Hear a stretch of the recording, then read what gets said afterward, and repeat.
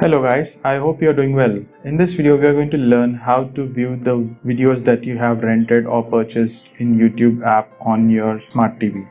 So say suppose you already have a YouTube app and you have purchased some of the videos on your mobile or on your computer and you want to watch on your smart TV. What you can do is you can navigate to this sidebar, and within the sidebar go to library, and after selecting the library, at the top you have these tabs, and within the tabs you can choose this movies and TV.